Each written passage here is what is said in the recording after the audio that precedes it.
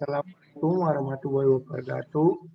Kami dari kelompok 8 akan mempresentasikan materi pelajaran yang berjudul Return of Investment.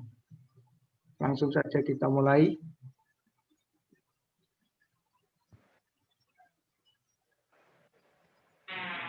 Apa itu Return on Investment? Return on Investment adalah kemampuan perusahaan menghasilkan keuntungan dalam penggunaan keseluruhan aktiva perusahaan yang dimiliki. Juga dikenal sebagai tingkat laba atau rate of profit saat ini atau masa lampau, atau hasil yang diperkirakan di suatu investasi masa depan. Next. Yang dimaksud dengan profit margin adalah rasio pendapatan terhadap penjualan yang diperoleh dari selisih antara penjualan bersih dikurangi dengan harga pokok penjualan dibagi dengan penjualan bersih.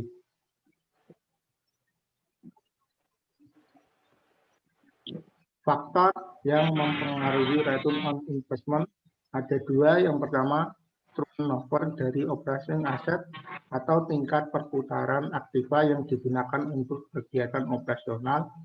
Dua, profit margin adalah besarnya keuntungan operasi yang dinyatakan dalam bentuk persentase dan jumlah penjualan yang bersih.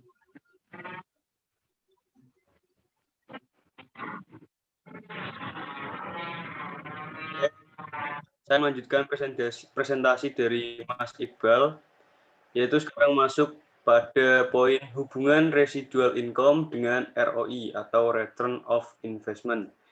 Residual income adalah laba yang didapat dari selisih laba operasional setelah pajak. Residual income merupakan pelengkap untuk ROI atau Return on Investment yang digunakan untuk menilai kinerja keuangan perusahaan. Karena kelemahan ROI dapat ditutupi dengan adanya analisis residual income yang memasukkan unsur biaya modal dalam perhitungannya.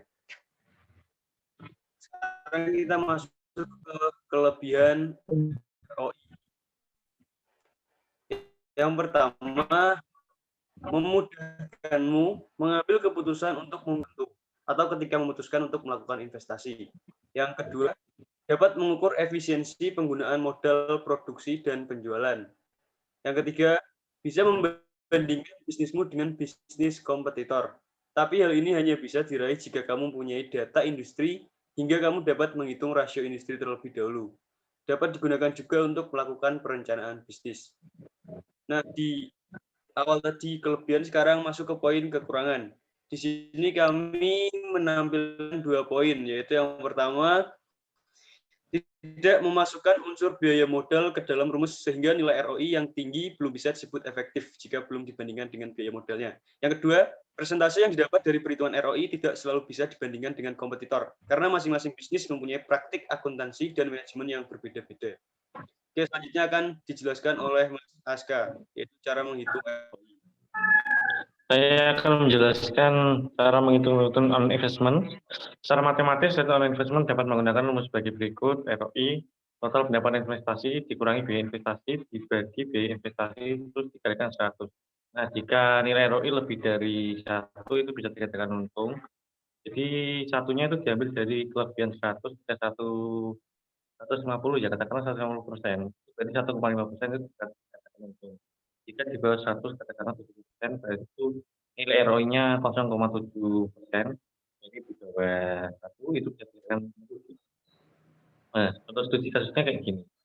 Perhitungan ROI ini digunakan untuk melihat nilai ROI dari sebuah investasi. Sebagai investor, kamu ingin melakukan investasi saham sebanyak 30.000 lembar dengan harga 1.500 per lembar.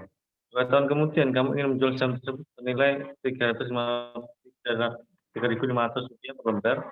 Berapakah ROI yang didapatkan? Diketahui total pendapatan investasi 30.000 dikali 3.500, totalnya adalah 150 juta rupiah.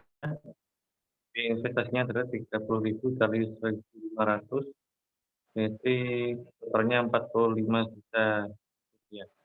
ROI 105 dikurangi 45 juta tadi bagi 45 juta kali 100%. ROI-nya adalah 133%.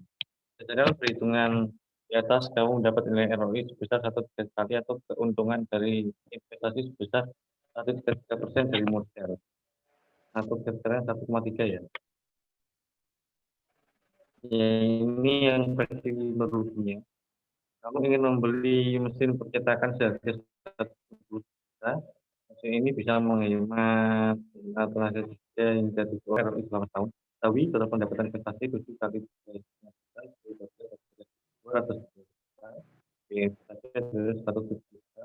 ROI total pendapatannya itu 200 kurang investasi 20 juta.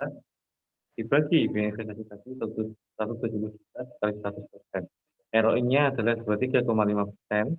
Jadi nilai ROI-nya itu sudah 0,235%. Berdasarkan perhitungan di atas, kamu hanya mendapat 23,5% dari modal awal yang kamu keluarkan untuk investasi. Artinya kamu menderita kerugian karena hanya mendapat nilai ROI besar 0,235 dari modal awal tadi. Kesimpulannya yaitu bisa dikatakan bahwa ROI adalah ukuran yang digunakan untuk mengevaluasi investasi. ROI yang positif akan menunjukkan keuntungan, sedangkan sebaliknya yang negatif akan menunjukkan kerugian. ROI sendiri diukur dalam bentuk investasi. Terima kasih. Sekian presentasi dari kami. Kami yang mengucapkan kepada